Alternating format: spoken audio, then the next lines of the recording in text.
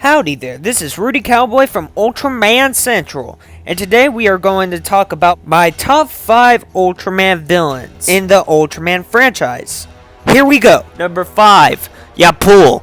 Yapul is not as developed as the ranks lower on the list, but man, the impact he's had since his almost successful invasion using some of the most powerful kaiju we've seen in the Ultraman franchise.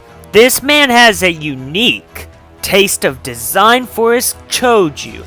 You can tell by how colorful they are. He's like the Dr. Eggman of the Ultraman franchise. You could just look at a Choju and tell it was by Yapul because of how bizarre the design is. This man was so feared across the whole galaxy that pretty much every being feared him, which pretty much meant that he could just have factories of these things and they could just still be made. So this man was a conqueror, I'll tell you that. And I think that he has played some of the more important roles throughout the Ultraman lore within specific degrees. So yeah, that's pretty much what I gotta say about Yapul. Number 4 is Jugless Juggler. Jugless Juggler is the Loki of the Ultraman franchise. He is known for being the antagonist of Ultraman Orb, and also the anti-hero, anti-villain of Ultraman Z. He is almost, if not always, on top of the game, and will most likely, if not always, fool you.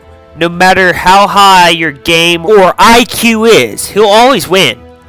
This man was all mind games with Orb's head, and was the only one man capable of getting under his skin and making him go berserk. And not to mention, he has one of the best character redemption arcs. And this is one that's just like Loki, but it predates Loki's redemption arc in Thor Ragnarok.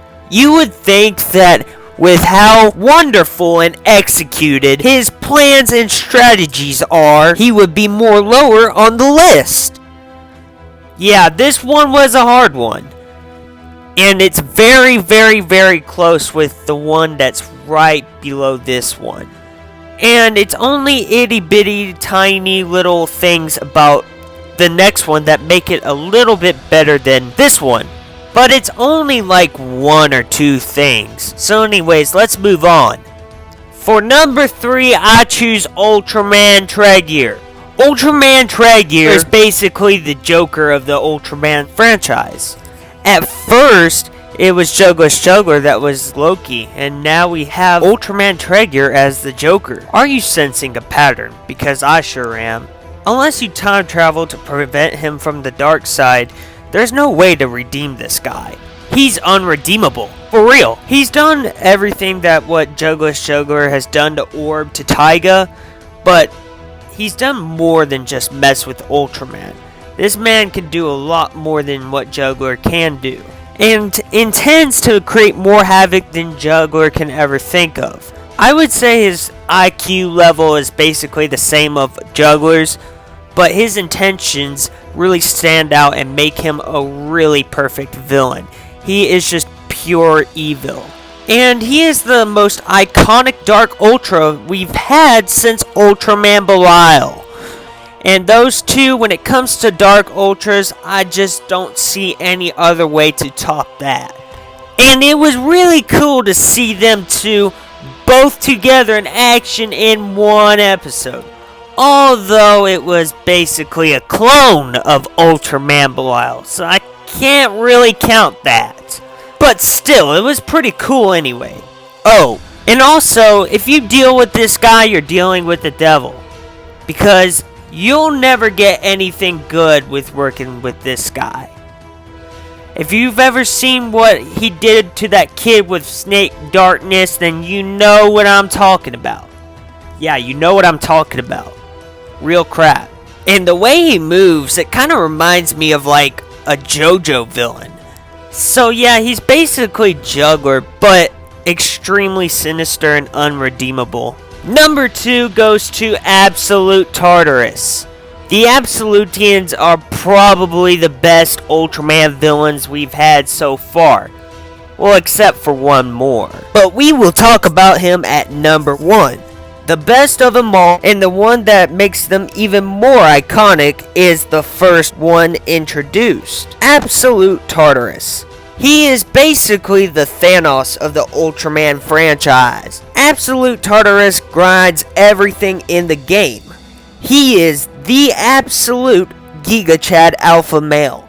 The other Absolutians seem to listen to him and his commands because he is not a leader, the leader, period. He is the most OP Ultraman villain. His story and reasons for his goal is not wrong and somewhat understandable. You cannot boss this man. He bosses you. He tells you your future and gives you an opportunity to fix those mistakes that will happen. And if you don't listen to him, it will happen. And if you do listen to him, most of the time you will get your power being strong enough to be able to prevent the ones who make your fate become true, and you can control your fate. You get what you want if you follow his plan. Just do it right. And that's all he commands. What an absolute biased king. Alright, let's get to number 1. Number 1 is Ultraman Belial. This man needs no introduction needed. I'll make it fast. Ultraman Belial is known to many of being the most iconic Ultraman villain.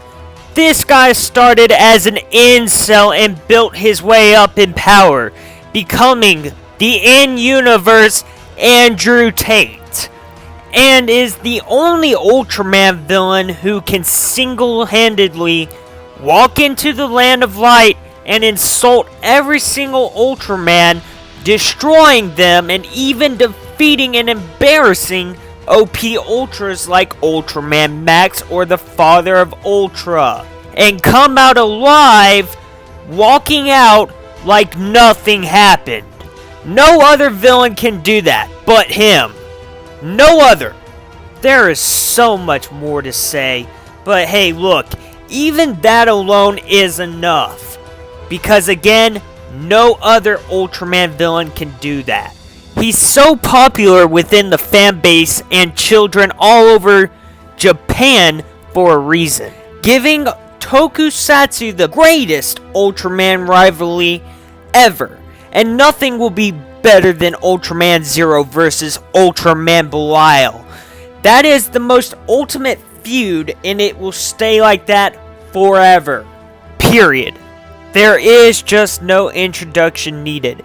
Belial takes the crown for number 1. He is the GOAT. There just is no debate about it. Well, anyways, that wraps up my list for the top 5 Ultraman villains. Let me know what is your top 5 Ultraman villains in the comment section down below. Be sure to like and subscribe, and I'll see you all later.